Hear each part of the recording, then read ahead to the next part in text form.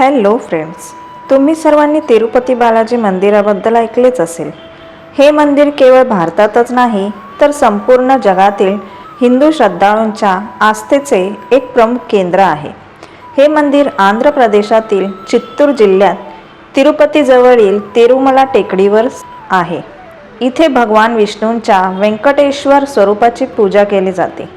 पण तुम्हाला माहीत आहे का, जितके हे मंदिर भव्य आहे तितकेच ते रहस्यमयी आहे।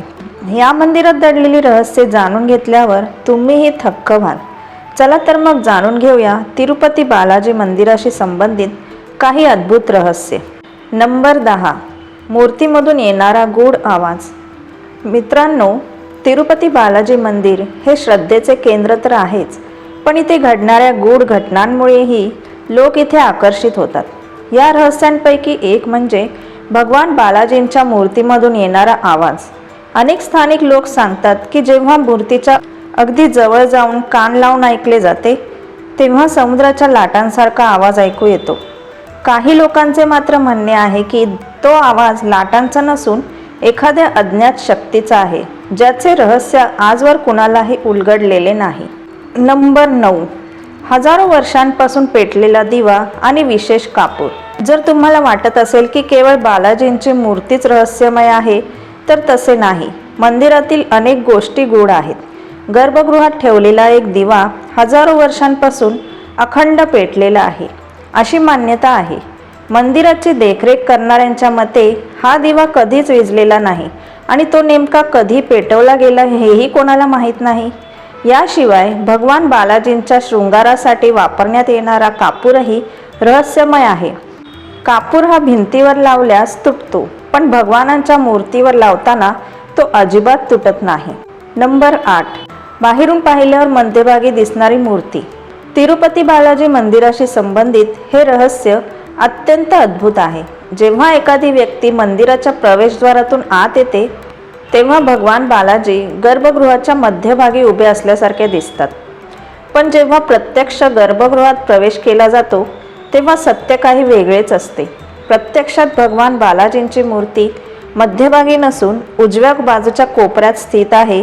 हे रहस्य आजही लोकांना अचंबित करते। नंबर 7, मूर्तीला येणारा घाम आणि खरे केस। फ्रेंड्स, तुम्हाला माहीत आहे का की बालाजींच्या दगडी मूर्तीला घाम येतो? त्यांच्या शरीरावरून घामाच्या थेंबांना लोक प्रत्यक्ष पाहू शकतात। जेव्हा पुजारी भगवानांची पाठ साफ करतात तेव्हा तिथे घाम आढळतो, त्यामुळे मंदिरातील तापमान नेहमी थंड ठेवले जाते। इतकेच नाही तर भगवान बालाजींचे केसही खरे असल्याचे मानले जाते। हे केस अतिशय मऊ आहेत, कधीही गुंतत नाहीत आणि नेहमी तसेच राहतात। हे रहस्य आजवर कुणालाही समजलेले नाही। नंबर 6, स्त्री आणि पुरुष दोन्ही वस्त्रे। भगवान व्यंकटेश्वरांच्या मूर्तीमध्ये केवळ भगवानच नाहीत तर माता लक्ष्मीही त्यांच्यात समाविष्ट आहेत अशी मान्यता आहे। म्हणूनच बालाजींना पुरुष आणि स्त्री दोन्ही प्रकारची वस्त्रे परिधान केली जातात। खाली धोतर आणि वर साडी नेसवली जाते, ज्यामुळे मूर्ती अत्यंत सुंदर दिसते। नंबर 5, लक्ष्मी मातेचे दर्शन। दर गुरुवारी बालाजींच्या मूर्तीवरील चंदनाचा लेप काढण्यात येतो। त्यावेळी भगवानांच्या हृदयस्थानी माता लक्ष्मीची आकृती स्पष्टपणे दिसते। हे दृश्य पाहून प्रत्येक श्रद्धाळू थक्क होतो आणि यामुळे मूर्तीमध्ये लक्ष्मी मातेचे अस्तित्व असल्याचे सिद्ध होते। नंबर 4, बालाजींना शिक्षा देण्यासाठी वापरलेली काठी। मंदिराच्या उजव्या बाजूला ठेवलेली ही एक काठी आहे। मान्यतेनुसार बालपणी भगवान बालाजींना याच काठीने शिक्षा दिली जात असे। एका वेळी त्या शिक्षेमुळे त्यांच्या हनुवटीला दुखापत झाली होती, म्हणून आजही तिथे चंदनाचा लेप लावला जातो। त्यांच्या मस्तकावरही त्या प्रहारांच्या खुणा असल्याचे सांगितले जाते। नंबर 3, स्वयंप्रकट भगवान व्यंकटेश्वर। अशी मान्यता आहे की भगवान व्यंकटेश्वर स्वयंप्रकट झाले होते। 1800च्या सुमारास एका राजाने मंदिराच्या भिंतीवर काही लोकांना फाशी दिली होती। त्यानंतर भगवान व्यंकटेश्वर विमानातून प्रकट झाले अशी कथा सांगितली जाते, जी अत्यंत रहस्यमयी आहे। नंबर 2, 20 किलोमीटर दूर कुंडातून बाहेर येणाऱ्या अर्पण केलेल्या वस्तू। या मंदिरात अर्पण केलेल्या वस्तू नंतर तिरुपतीपासून सुमारे 20 किलोमीटर अंतरावर असलेल्या एका कुंडातून बाहेर येतात अशी मान्यता आहे. हे कसे आणि का घडते याचे उत्तर आजवर कुणाकडेही नाही. नंबर 1. एका विशिष्ट गावातूनच येणारा प्रसाद.